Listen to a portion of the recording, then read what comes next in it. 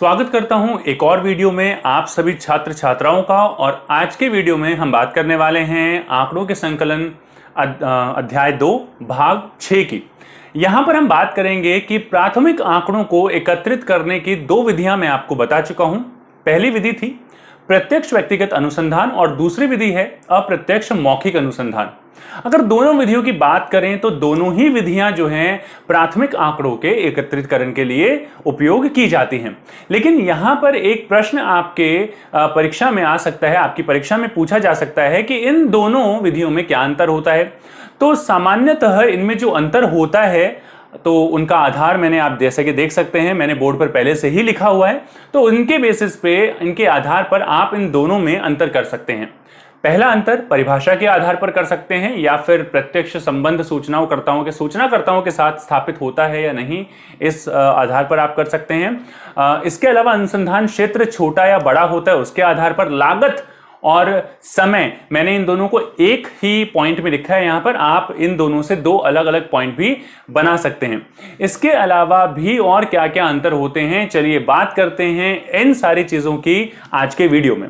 अगर आपने नहीं देखे तो यहां पर आई बटन आ जाएगा, आप वहां पे क्लिक करेंगे तो आपको हिंदी के जितने भी वीडियोस हैं सारे वीडियोस आपको मिल जाएंगे। वहां से आप जो भी आपका मनपसंद वीडियो है जाकर देख सकते हैं। चलिए शुरू करते हैं। प्रत्यक्ष व्यक्तिगत अनुसंधान और अप्रत्यक्ष मौखिक अनुसंधान में अंतर। सबसे पहला जो अंतर होता है, आप या तो ये लिख सकते हैं कि यहां पर परिभाषा का अंतर, दोनों की परिभाषा लिख सकते हैं, परिभाषा का अंतर आ जाएगा। क्या होता है प्रत्यक्ष व्यक्तिगत अनुसंधान में अनुसंधानकर्ता सूचनाकर्ता के पास जाकर उससे सीधा एवं प्रत्यक्ष संबंध स्थापित करके आंकड़ों का एकत्रीकरण करता है। यानी कि अनुसंधानकर्ता स्वयं जाता है और स्वयं जो है इस तरीके की सूचनाओं को सूचना प्रदाता से लेता है, एकत्रित करता है। मतलब सामने बैठकर सीधा संबंध स्थापित करके मिलकर जो है ये सारी चीजें की जाती हैं।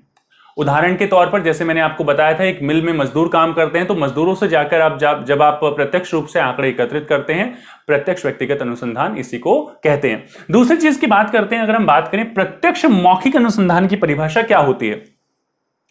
प्रत्यक्ष मौखिक अनुसंधान में क्या होता है कि अनुसंधानकर्ता प्रत्यक्ष रूप से सूचना प्रदाता से सूचना प्राप्त ना करके उससे संबंधित व्यक्तियों से सूचना प्राप्त करता है, जैसा कि मैंने पिछले वीडियो में आपको बताया था। वीडियो नहीं देखा तो आप आई बटन पे क्लिक करके सारी की सारी प्लेलिस्ट मैंने वहां पे डाली हुई है, वीडियोस डाले हुए हैं, जाके चेक कर सकते हैं इस वीडियो को देखने के बाद।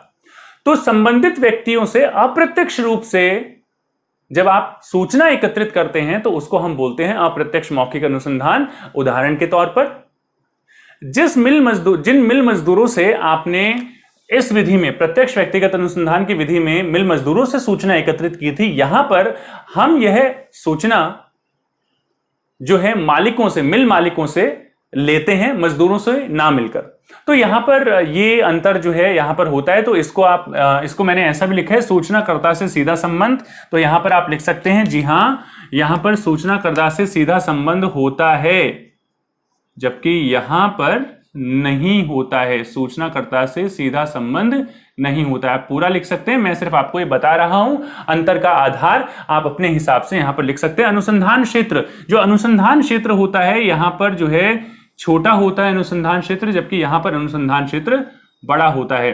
तो छोटा और यहां पर विस्तृत जो है अनुसंधान क्षेत्र होता है। यानी कंपैरेटिवली तुलना अगर हम करें दोनों की तो यहां पर विस्तृत क्षेत्र होता है, जबकि यहां पर एक छोटा क्षेत्र जो है वो होता है।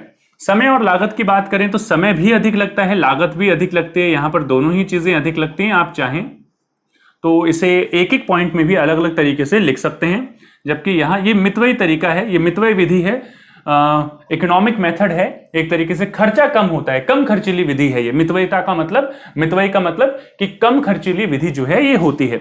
विश्वसनीय एवं शुद्ध सूचना, तो यहां पर विश्वसनीय और शुद्ध सूचना मिलती है। आप लिख सकते हैं यहां पर विश्वसनीय और शुद्ध सूचना मिलती है, क्योंकि अनुसंधानकर्ता स्वयं सूचना प्रदाता से इस प्रकार की सूचना को एकत्रित करता है।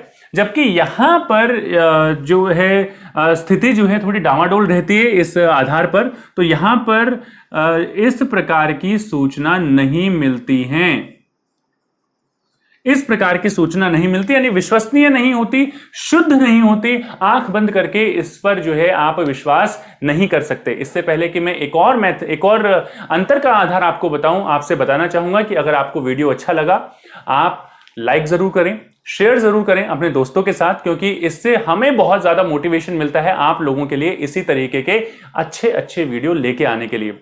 तो हर एक कमेंट में पढ़ता हूं, आप जो भी बताना चाहें इस वीडियो के संबंध में कमेंट सेक्शन में जरूर बताएं, हमें बहुत अच्छा लगेगा और हम इस तरीके के और भी वीडियोस आपके लिए लाना पसंद करेंगे।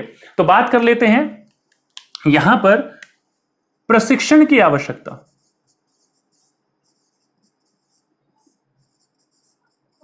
आपको पता होना चाहिए कि जब भी हम बात करते हैं प्रत्यक्ष व्यक्तिगत अनुसंधान के बारे में, तो यहां पर जो अनुसंधान करता है उसे जहां पर भी वो जहां से भी सूचना प्रदाताओं से जो सूचना एकत्रित करता है, उनके रीति रिवाजों से, उनके बोलचाल की भाषा और काफी जो है उसे विनयशीलता के साथ जो है वो सूचनाओं को एकत्रित करना पड़ता है। जबकि प्रशिक्षण की यहां पर मैं ये कहने की चेष्टा कर रहा हूं कि यहां पर प्रशिक्षण की आवश्यकता होती है,